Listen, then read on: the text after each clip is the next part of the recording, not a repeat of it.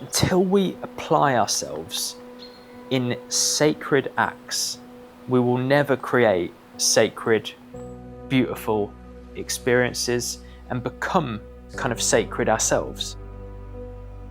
We all have to be reminded of this simple truth from time to time, that no matter how many books we read, no matter how many podcasts we listen to, no matter how many friends we make in the spiritual space, until we look at our day and say, that morning is now dedicated, or my mornings are now dedicated towards developing and nourishing my spiritual side.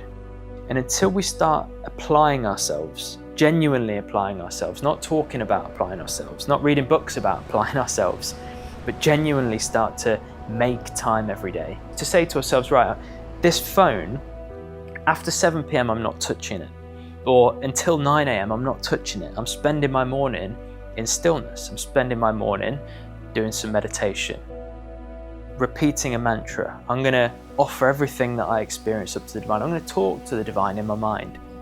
Until we start applying ourselves like this, the beautiful experiences that we want, the beautiful sense of love and divine connection that we're all seeking, knowingly or unknowingly, will not come about. It will not manifest until we start doing the work.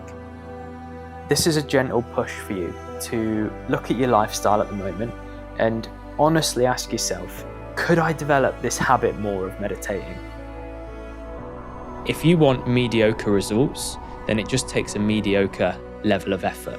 And meditation is no different. If you want to quieten this mind, which most people on the planet haven't been able to do, if you want to realize the truth of who you are, that is going to take an extraordinary amount of effort and work. So you've got to ask yourself am I putting in an extraordinary effort? Am I putting in the effort of an Olympic athlete? Because that's what it's going to take to fully get control of this mind and to actually have these transcended experiences, these out-of-body experiences, these profound experiences that we all can have, by the way.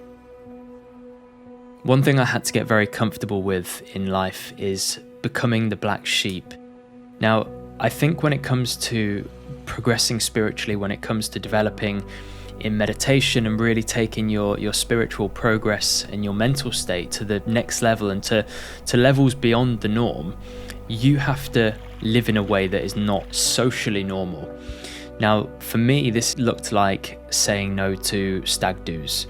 It's saying no to going out for nights out.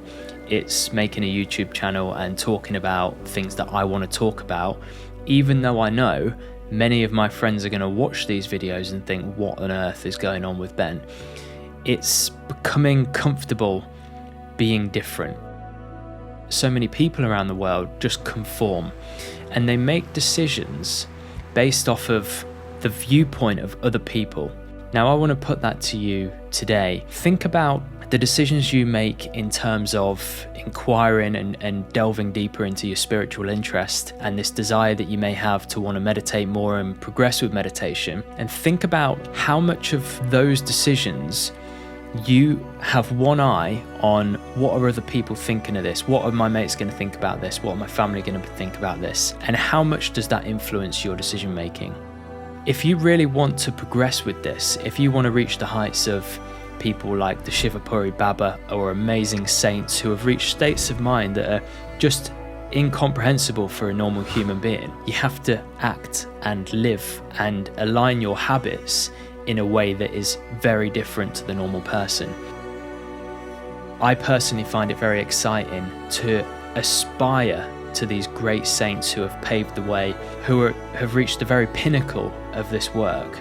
And I want to base my decision making in alignment with people like that, as opposed to everyday people, basically.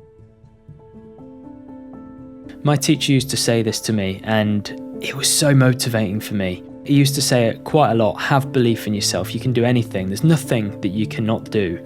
And pick out people. Look at the Shivapuri Baba, look at Buddha, and he said, and surpass them.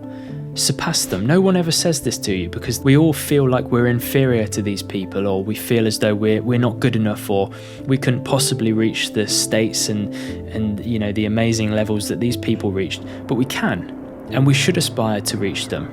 And having that belief and having that conviction that I can do this. And I'm not doing it from an ego point of view. I'm not doing it because I want to be able to tell people or I want to stand on a pedestal. I'm just doing it because I know I can. I think that's the difference, is I know I can, and that's where my potential is beyond those people.